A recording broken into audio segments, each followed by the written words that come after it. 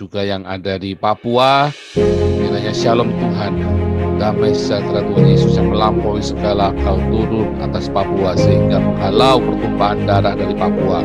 Juga yang ada di NTT, Tuhan memberikan kekuatan, memberi semangat yang baru terus untuk membangun NTT dari semasa recovery ini. Juga turut berduka cita untuk saudara-saudara kami yang ada di Poso, ya, korban total 4 orang, salah satunya kepalanya dipenggal, ya, dibantai dan seperti ayam, ya, luar biasa sekali. Semua atas nama Allahu Akbar. Tapi kita punya Yesus Kristus yang melampaui segala akal manusia, yang memberikan damainya yang melampaui segala akal manusia. Damai sejahtera Tuhan yang membuat kita tidak takut, kecuali Anda mau memilih untuk takut seperti Gilbert dan Komar Kultur yang seperti chicken. Haleluya. Pas lagi ada berita-berita kayak gitu, teroris-teroris MIT langsung beraksi gitu memenggal para petani ini di Poso gitu, yang 4 orang ya korbannya ya Pak ya. Nah seakan-akan teroris-teroris MIT ini mau bilang gini Pak, woi mau pada ngomongin Palestina dulu, kita jangan dilupain dong bro gitu. Langsung beraksi mereka, gila. Tapi yang terakhir nih Pak, ada pertanyaan yang masih saya harus ditanya dan belum clear nih ya mengenai ini ya. Nah jika ada ya, nah teroris-teroris yang baru menggal para petani ini, mereka agamanya apa ya Pak? Mungkin itu aja Pak, terima kasih. Agamanya juga.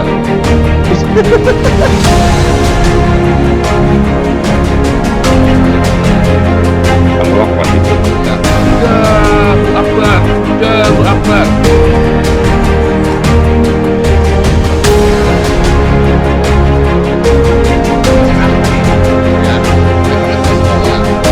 Ya kan, ya pasti karena dia backingnya orang dalamnya sendiri, memang dipelihara. Nah, karena apa? Karena kita yang minoritas juga takut. Itu memang digunakan buat nakut-nakuti minoritas. Itu digunakan untuk nakut-nakuti minoritas, dan Anda mau ditakut-takutin.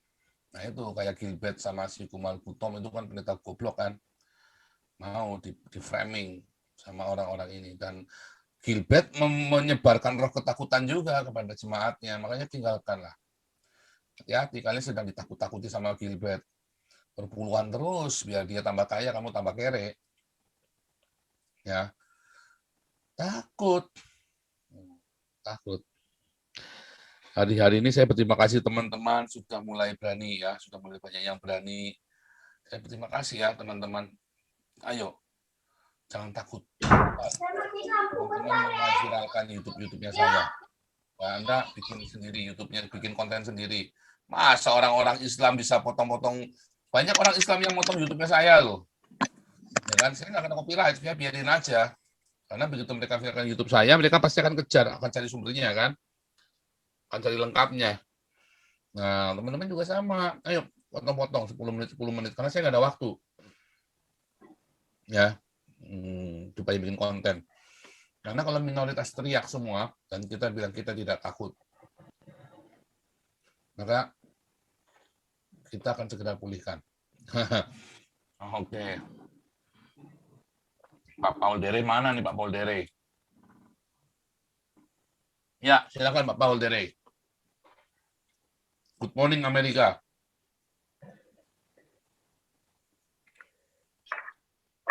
No voice Pak Paul, hilang suaranya.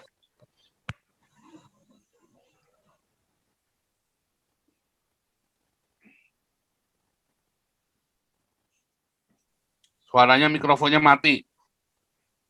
Pak Paul Dere, suara mikrofonnya mati. Coba dipencet Pak Paul Dere. Mikrofonnya mati. Pak Paul Dere, mikrofonnya mati.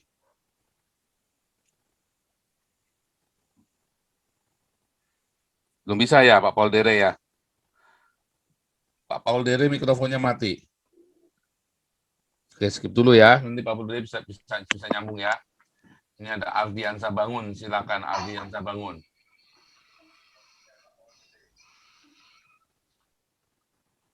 Mana Ardiansa Bangun? Oke, skip dulu ya. Ini Pak Victor Mandaya dulu deh. Yang sudah nampak ini. Silakan Pak Victor. Mikrofonnya mati Pak Victor. Mikrofonnya mati, dinyalakan dulu, di-unmute dulu. Ya, Nah, salam. ya, shalom Pak Victor, luar Iya, biasa. luar biasa. Tuhan Yesus luar biasa. Ya, kembali Amin. lagi Pak. Saya juga beberapa room saya masuk ini untuk masalah poso.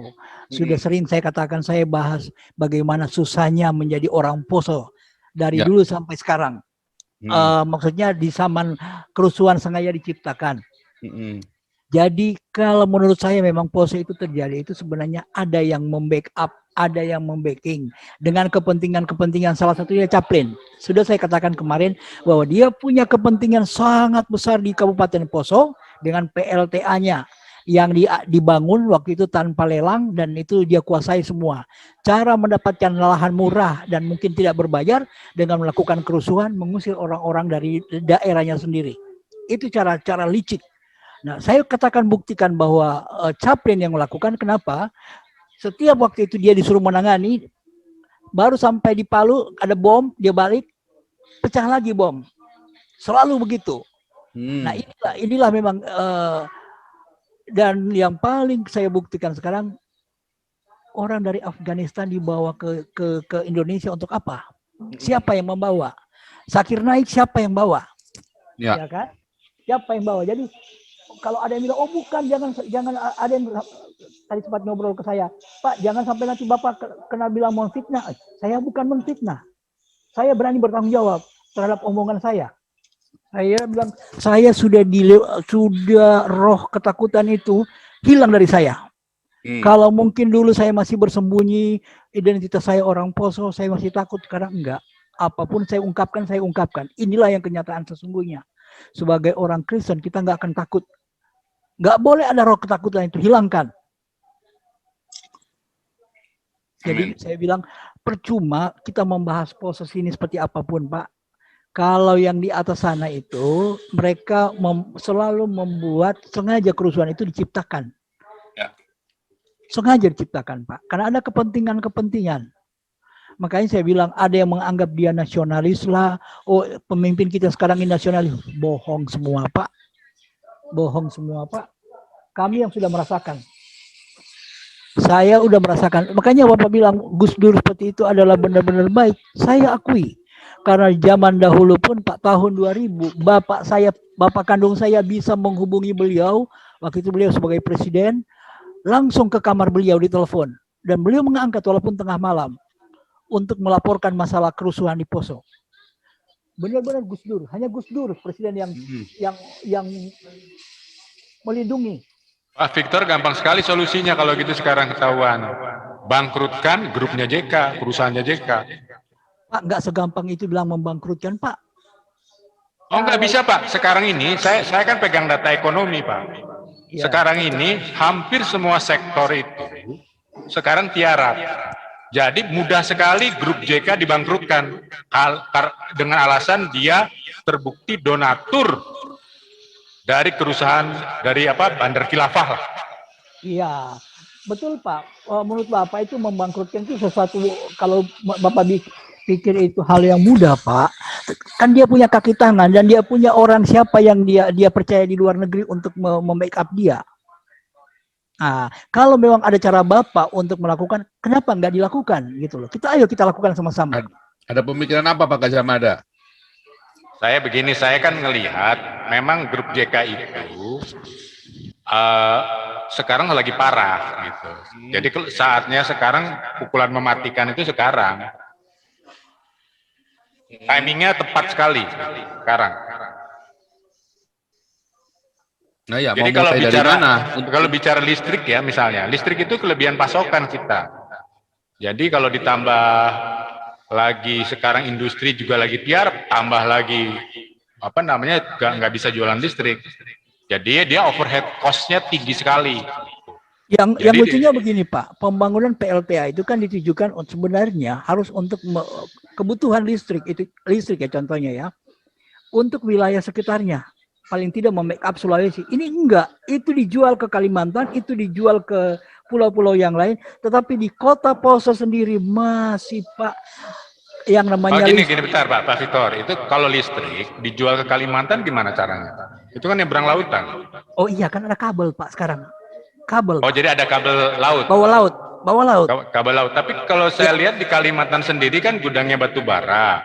Betul. Jadi mana lebih murah kos listrik batu bara yang ada di pembangkit listrik tenaga batu bara lah yang di power plant di Kalimantan, ataukah listrik yang dari Poso? Saya pikir tidak mudah gitu juga. Gini Pak, buktinya kan itu kami yang di Sulawesi Tengah pun tidak menerima tidak menikmati listrik yang mereka adakan di sana kan.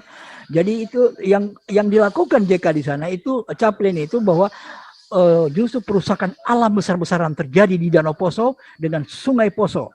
Mereka berusaha untuk merubah lingkungan air itu dirusak habis-habisan Pak. Jadi yang sesuanya itu pemerintah daerah Sulawesi Tengah, Poso khususnya malah mendukung dalam arti karena takut dengan si Chaplin dan sebagainya lah, sehingga bupatinya pun mendukung mereka gitu loh. Makanya saya bilang kalau di situ itunya benar bisa Pak, tapi kalau kan JK itu kan sebuah grup company ya. Betul. Jadi kalau grup company itu jadi holding company-nya itu ada di Jakarta. Nah, kalau saya lihat data ekonomi sekarang itu hampir semua grup dan hampir semua sektor ekonomi itu sebenarnya sektor pertanian yang bagus kalau digerakkan, tapi kan seperti saya katakan sektor pertanian justru kita impor. Nah, jadi semua grup itu sedang parah-parahnya sekarang. Jadi, jadi kalau memang sudah terbukti, ini kan channel ini kan didengar oleh 4.000 orang, 3.000 sampai 4.000. Nah, kalau mengenai grup JK sebagai dalang khilafah, saya sudah cek 62.000 yang menonton. Jadi sudah 62.000 orang yang sudah mendengar bagaimana JK menjadi dalang khilafah. Jadi pemerintah pusat juga sebenarnya bukan hanya JK, bahkan JK sekarang boleh dibilang pinggiran, tidak menentukan. Artinya ketika JK diserang terus ya secara ekonomi, maka ya darahnya habis Pak, grupnya habis gitu. Itu bahkan keluarga JK itu udah hampir, kalau saya dengar ya itu hampir saja ini tinggal tunggu waktunya saja sebenarnya. Tinggal tunggu waktunya masuk, nggak bisa bayar utang lah sebutlah gitu. Nggak bisa bayar utang, dan jadi kan nanti ada dilikuidasi asetnya. Kalau asetnya dilikuidasi mungkin juga ada aset, kalau ada penipuan, ya aspek hukum yang kena, yang masuk. Nah, karena dia adalah dalang khilafah, ya sudah dibuktikan dengan salah satu topik kita yang 62.000 saya sebut itu, padahal cuma 3 jam itu, 33 jam tapi 62.000 yang nonton. Ya, jadi tinggal ditekan terus JK, ya grupnya hancur. Jadi dia sebutlah cara licik lah, dia menggunakan Islam garis keras, Muslim garis keras untuk supaya bisa kaya lah sebutlah begitu. Ya nggak bisa. Ini negara Pancasila. Cara seperti itu sudah ketinggalan zaman. Kayaknya gini Pak, khususnya buat Pak Paul sebagai pastor yang sekarang memang boleh katakan go internasional, bantu kami untuk Indonesia dan khususnya Poso. Poso itu terlalu merana Pak, jujur aja. Daerah itu apa yang bisa saya lakukan sekarang ini?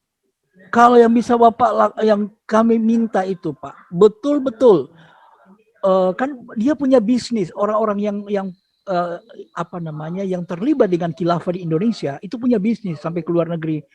Suarakan Pak, bantu suarakan. Makanya saya bilang air mata udah terlalu banyak yang tumpah untuk Poso Pak. Saya sebagai putra asli Poso Pak, apalagi yang bisa saya lakukan? Nggak ada lagi Pak. Sekarang itu Pak Victor justru kan kita kan gelap nih Pak. Poso kayak apa nih sekarang Pak Victor asli Poso menyuarakan dengan jelas, ya berarti kita mulai paham nih sekarang. Oh, JK di belakangnya, adanya kan sebutnya masih ragu-ragu. JK-nya kan disebut di Makassar, kalau di title-nya itu Makassar bukan Poso. Belum Poso disebutkan. Tapi kalau sekarang Pak Victor sudah yakin sekali bahwa itu JK, dan ini juga didengar oleh seluruh Indonesia, saya rasa banyak yang bersimpati, bersimpati kepada Pak Victor. entah itu Muslim atau tidak, karena nggak benar. Ya, mau kaya kok menggunakan khilafah. Nggak usah, ini pun akan kualat, Pak.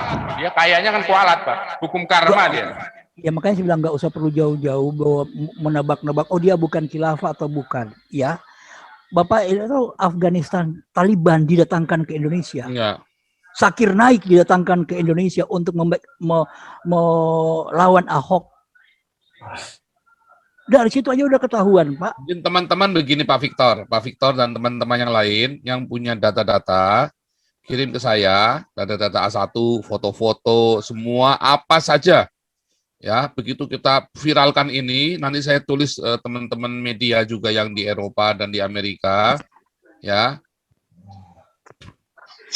Kita tidak akan melakukan satu tuduhan, tetapi kita bisa memviralkan data-data yang ada dan bukan merupakan satu tuduhan, biar masyarakat menyimpulkan. Jadi kita tidak akan melakukan tuduhan langsung, tetapi kita menyajikan saja aktivitas-aktivitas beliau itu. Iya. Siap Pak kalau untuk itu. Jadi macam Wikileaks aja, macam Wikileaks. Nah gitu aja. Jadi sekarang ini Pak, sekarang ini kan PLTA-nya si Chaplin ini kan beroperasi di salah satu kecamatan ya di Kabupaten Poso. Nggak jauh dari kota Poso. Itu pertengahan antara Tentena. Bapak kan saya dengar tadi Bapak udah pernah ke Poso. Itu tahun berapa Pak? Pak Paul ke itu tahun 2000. Sesudah kerusuhan berarti. Jadi sudah kerusuhan. Bapak yang Bapak lihat itu kan tinggal puing, bekas puing, ada rumah yang belum dibangun kembali Pak, terhasil bakaran. Kalau Bapak datang sebelum kerusuhan, Poso itu betapa indahnya. Itu karena kenapa dikarenakan itu pecahan, kalau orang dulu Portugis bilang itu adalah pecahan surga yang terlempar ke dunia. Karena melihat sungainya saat itu Pak, belum dirusak sama sekali oleh orang-orang. Begitu banyak. Dengan kekayaan alam yang sebenarnya tersembunyi tapi keindahannya begitu, tapi sekarang hancur Pak. Tapi karena apa? PLTA yang dibangun itu sangat merusak ekosistem. Dan itu semua ditutupi oleh pemerintah Kabupaten Poso. Saya berharap untuk bupati yang sekarang ini adalah Inkriwang, yang anaknya Papit Inkriwang, bekas mantan bupati juga, bisa bersikap betul-betul membela rakyat Poso. Bukan seperti bapaknya dulu, yang namanya Pak Pit Inkriwang, almarhum, itu benar-benar menjual Poso. Mudah-mudahan anaknya si Verna Inkriwang, dengan dia, mungkin dia anak orang-orang yang bisa melihat ini. Saya orang Poso asli, saya bermarga Mandayo, bisa dilihat nama saya. Saya tidak takut, tidak ada roh ketakutan lagi, Pak.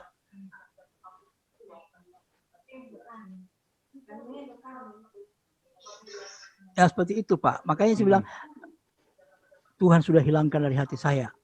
Karena ternyata setelah perjuangan bapak saya begitu dulu menyala. Setelah beliau almarhum itu diturunkan ke saya keberanian itu Pak. Saya nggak takut untuk menyatakan kebenaran apapun itu. Itu Pak. Makasih banyak ini Pak Pastor. Tuhan berkati. Semua yang punya